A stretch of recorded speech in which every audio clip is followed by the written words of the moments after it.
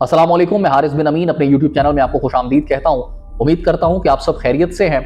पाकिस्तान की जो मौजूदा सियासी सूरत हाल है, आज उसकी अहम डेवलपमेंट्स के ऊपर बात करेंगे।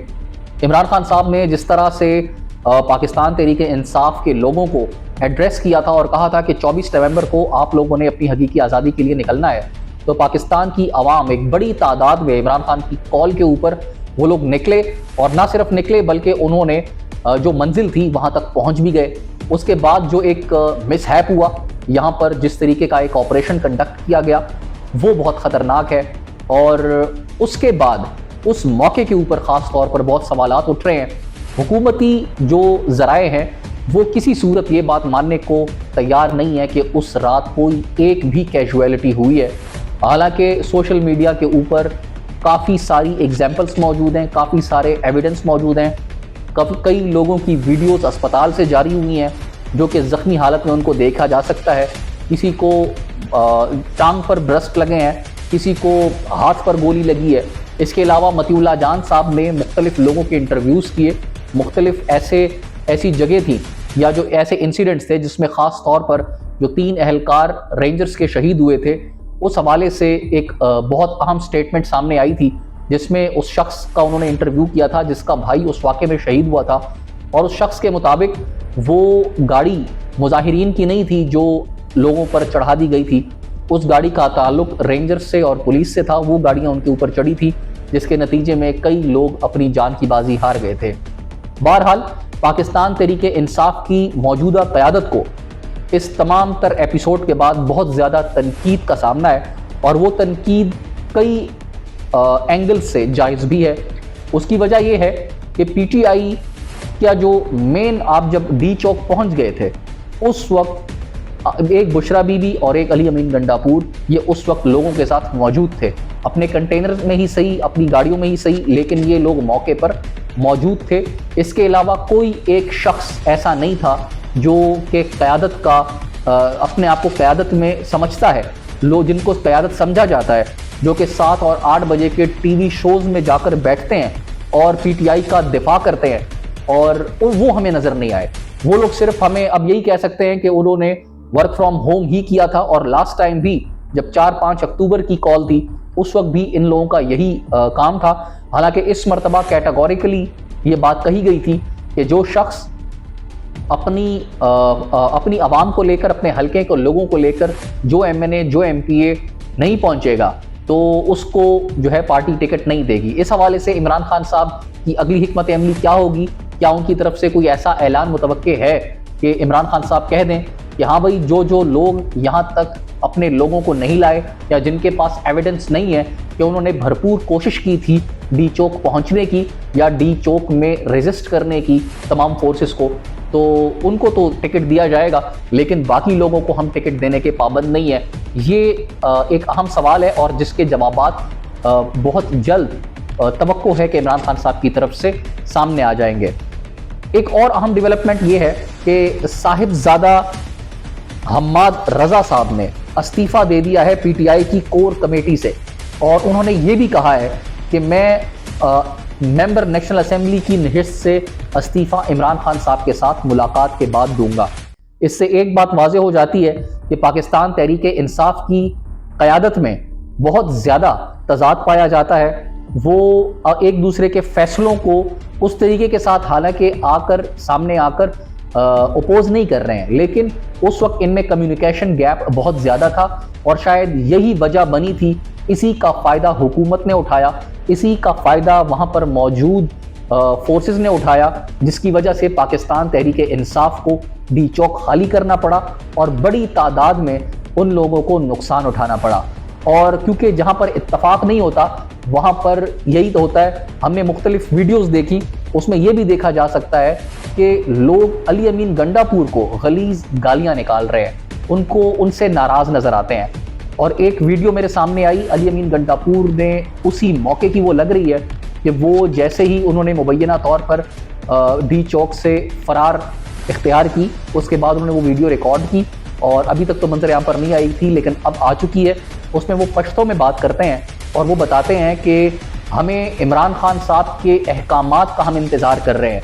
अगर इमरान खान कहते हैं कि आप लोग, वो कहते हैं कि हमारे ऊपर गोलियां चलाई जा रही हैं, और अगर इमरान खान कहते हैं कि इन गोलियों का जवाब आप लोगों ने गोलियों से देना है, तो हम उसके लिए भी तैयार हैं। हमने पहले भी कुर्बानियां दी थी, हम अब भी कुर्बानियां देने के लिए तैयार हैं। देखिए, कई लोग ये कहते हैं कि अली अमीन गंडापुर भाग गया, भगोड़ा है, बुशरा बीबी भाग गई, वो स्टे नहीं कर पाई, उन्होंने कहा था I will be the last one जो कि वहां पर स्टे करेंगी, और वो चली गई।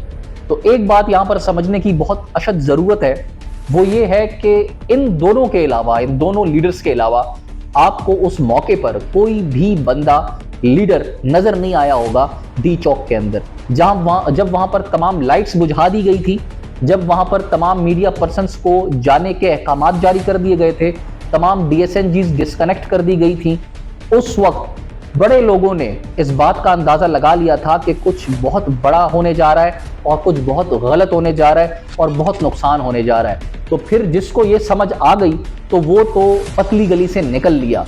और उन्होंने, ये भी हुआ है कि काफ़ी लीडर्स ने, उसमें ये लोग भी शामिल थे, अली अमीन गंडापुर साहब खुद भी शामिल थे, कि इन्होंने अपने कारकुनों को कहा कि आप जरा बैकफुट पर आ जाए, क्योंकि ये लोग अब ऑपरेशन करने की तैयारी कर रहे हैं, ये लोग कुछ खतरनाक करने जा रहे हैं, ये कुछ बड़ा करने जा रहे हैं। लेकिन मेजॉरिटी वहां पर ये लोग कह रहे थे कि हम लोग नहीं हटेंगे, हम लोग इमरान खान की खातिर आए हैं, जब तक इमरान खान को रिहा नहीं कर देते हम लोग यहां से नहीं जाते। और उसके बाद जो हुआ, the rest is history now. और ये अनफॉर्चुनेटली पाकिस्तान की तारीख का एक स्याह बाब जो कि लिखा जा चुका है, और ये हमेशा याद रखा जाएगा। हुकूमत इस वक्त तैयारी कर रही है, और वो लोग एविडेंस लोगों को भी दिखा रहे हैं, आपका मुनाफिक मीडिया आपको दिखा रहा है, आप लोगों ने टीवी स्क्रीन पर देखा होगा, क्योंकि सुबह से ये दो ही फुटेजेस देखने को मिलती हैं। एक ये कि कुछ लोग हैं, इक्विप्ड हैं, जो कि CCTV फुटेज लगती है, और वो लोग शेल्स फायर कर रहे हैं, और मुमकिन है कि वो उनका ताल्लुक इसी जुलूस से हो जो इमरान खान साहब के हक में आया था, पाकिस्तान तहरीक इंसाफ के जिसका ताल्लुक था। लेकिन यहाँ पर एक सवाल है, क्या ये चीज़ इस बात को जस्टिफाई करती है कि इस पूरे 50-60 हज़ार लोगों के जुलूस में 1, 2, 10 या 50 या 100 लोग ऐसे हैं जो कि इक्विप्ड हैं, या जो कि आपको जवाब देने की सलाहियत रखते हैं, या आप पर शेल फायर कर रहे हैं? तो इसका क्या ये मतलब है कि आप अंधाधुंध फायरिंग शुरू कर दें, आप तमाम लाइट्स ऑफ करवा दें, मीडिया कवरेज खत्म करवा दें? मीडिया तो आपको वैसे भी मुनाफिक मीडिया है, आप न भी ऑफ करवाते या ना भी उन लोगों को कहा जाता कि आप लोग इस हुदूद से बाहर निकल जाए, तब भी उन्होंने आपके खिलाफ कोई रिपोर्ट नहीं करनी थी। तो क्या ये चीज़ जस्टिफाई करने के लिए इनफ है? दूसरा, यहाँ पर अफसोस के साथ कहना पड़ता है कि हमारे जो एक दरख्वास्त गई थी अदालत के पास, और कहा गया था कि इस मामले पर सो मोटो लिया जाए, और अदालत ने कहा है कि जो चीज़ हमने देखी नहीं है तो उस पर हम सो मोटो कैसे ले सकते हैं? तो अब ये तो हम नहीं कर सकते ना कि अदालत को क्या ये एविडेंसेस कम है, एटलीस्ट सो मोटो लेके बात सुननी तो चाहिए। यहाँ पर कुछ लोग बहुत ज़्यादा रिपोर्ट कर रहे हैं कि बहुत ज़्यादा कैजुअलिटीज़ हुई हैं, मोर देन 400 कैजुअलिटीज़ हुई हैं। PTI कहती है कि 8 कैजुअलिटीज़ हुई हैं, कोई कहता है 6 हुई हैं, कोई कहता है 12 हुई हैं। अगर एक भी कैजुअलिटी हुई है तो क्या उसकी कोई कीमत नहीं है? उसका ख़ानदान, उसका घर, उसके बच्चे, उसकी माँ, उसकी बीवी, उनके ऊपर जो क़यामत टूटी होगी, तो उसका कोई जवाब दे सकता है, उसका कोई अजाला कर सकता है? तो मेरे ख्याल से अगर एक भी कैजुअलिटी हुई उसका भी अदालत को सो मोटो लेना चाहिए था। और अगर खुदा न ख्वास्ता कैजुअलिटीज़ नहीं हुई और फायरिंग की गई है स्ट्रेट, मैं एक बात करना चाहता हूं कि इमरान खान साहब को अब ज़रा नज़रसानी कर लेनी चाहिए। इमरान खान साहब एक ऐसे शख्स हैं जिनको जितनी मरतबा भी डील्स ऑफर हुई, उन्होंने उन डील्स को ठुकरा दिया, और उन्होंने इसलिए ठुकराया कि उन्होंने कहा कि मेरे लोगों के मुझसे बहुत ज़्यादा उम्मीदें हैं, लोगों ने मुझे इसलिए वोट दिया है, लोगों ने मुझे इसलिए कामयाब किया, लोगों ने मुझे इसलिए अपना लीडर चुना कि मैं डील नहीं करूंगा। अगर मैं डील कर लेता हूं तो मुझ में और नवाज शरीफ में क्या फ़र्क रह जाएगा? और इमरान खान साहब से ये अब हम अर्ज़ करना चाहते हैं कि खुदा के लिए आप अब डील कर लें, जहां ये कहते हैं आप चले जाएं, जैसा ये कहते हैं आप इनकी बात मान लें, क्योंकि पाकिस्तान के जो लोग हैं इनकी ज़िंदगियों की इन लोगों को कोई परवाह नहीं है। इन लोगों को ना आपकी कोई परवाह है, ना ही पाकिस्तान के आम शहरी की परवाह है। यहाँ पर हम देखते हैं पाकिस्तान को, जब हम टेलीविज़न ऑन करते हैं, स्क्रीन्स ऑन करते हैं, तो नज़र आता है कि 100 इंडेक्स आसमान पर पहुँच गया है, स्टॉक एक्सचेंज जो है ना वो आसमान की बुलंदियों को छू रही है। लेकिन ग्राउंड रियलिटीज़ बिल्कुल डिफरेंट है। यहाँ पर बेरोजगारी है, महंगाई है, बदअमनी है, हर तरह का क्राइम यहाँ पर होता है, वो किसी को नजर नहीं आ रहा होता। और ये लोग सारा दिन यही पट्टियां चल रही होती है टीवी स्क्रीन के ऊपर। मुनाफकत की भी कोई हद होती है, सिर्फ वही दिखा रहे होते हैं कि 100 इंडेक्स यहाँ पहुंच गया है, 100 इंडेक्स वहां पहुंच गया है। 100 इंडेक्स का उस बंदे ने क्या करना है कि जिसको जो है सारा दिन वो बैठा रहा और उसकी दिहाड़ी नहीं लगी। 100 इंडेक्स का उसने अचार डालना है। 100 इंडेक्स आज 1 लाख को पहुंच गया, आज जो है ना 50 करोड़ को पहुंच गया, ऐसा नहीं होता। ग्राउंड के ऊपर आप उसके रिजल्ट नजर क्यों नहीं आते? उसके रिजल्ट्स नजर आने चाहिए। आम आदमी को, आम बंदे को, जिसको आप कहते हैं कि उसने हमें वोट दिया, हालांकि उसने वोट इमरान खान को दिया था, उसको कम से कम रिलीफ तो दे दें।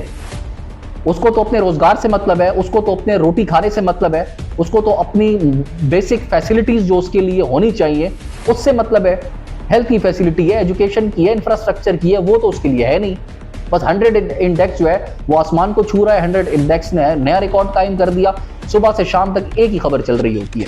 मतीउल्लाह जान साहब एक वेल नोन जर्नलिस्ट हैं। उनको पहले पिम्स हॉस्पिटल की पार्किंग से अगवा किया गया, उनके चेहरे पर काला कपड़ा डाला गया। उस वक्त उनके साथ एक और दोस्त सहाफ़ी भी मौजूद थे, दोनों के चेहरों पर कपड़ा डाला गया।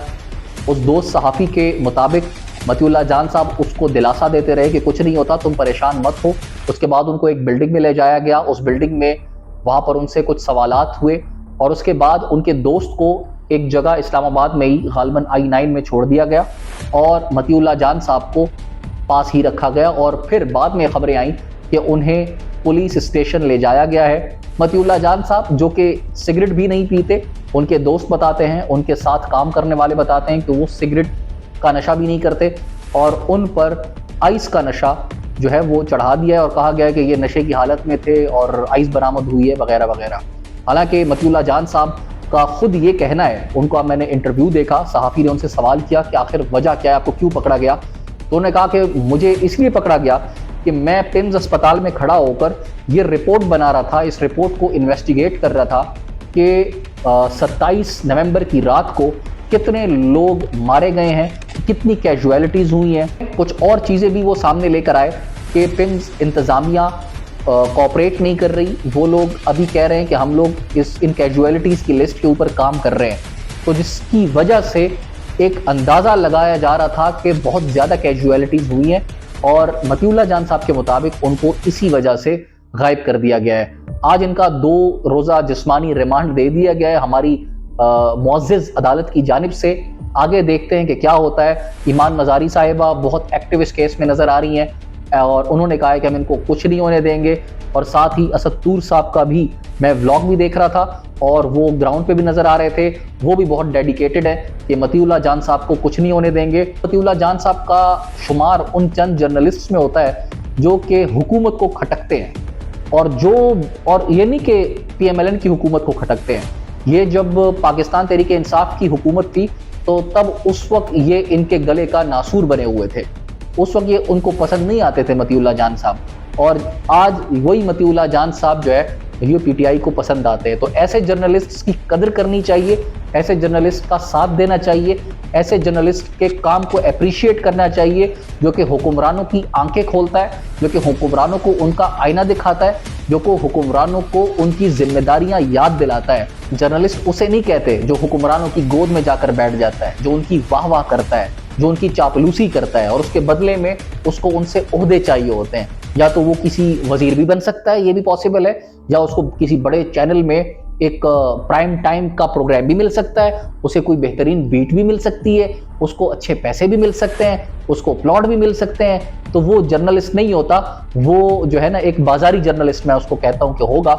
लेकिन मतीउल्लाह जान साहब जिस तरीके के जर्नलिस्ट हैं, ऐसे जर्नलिस्ट हमारे लिए बहुत ही कीमती हैं और हमें उनकी कदर करनी चाहिए और कोशिश करनी चाहिए कि हम इनका ख्याल रख सकें। उम्मीद करते हैं कि इनको इंसाफ मिलेगा और जब तक इनको इंसाफ नहीं मिलता हम इनके लिए, मतीउल्लाह जान साहब के लिए अपनी आवाज़ बुलंद करते रहेंगे।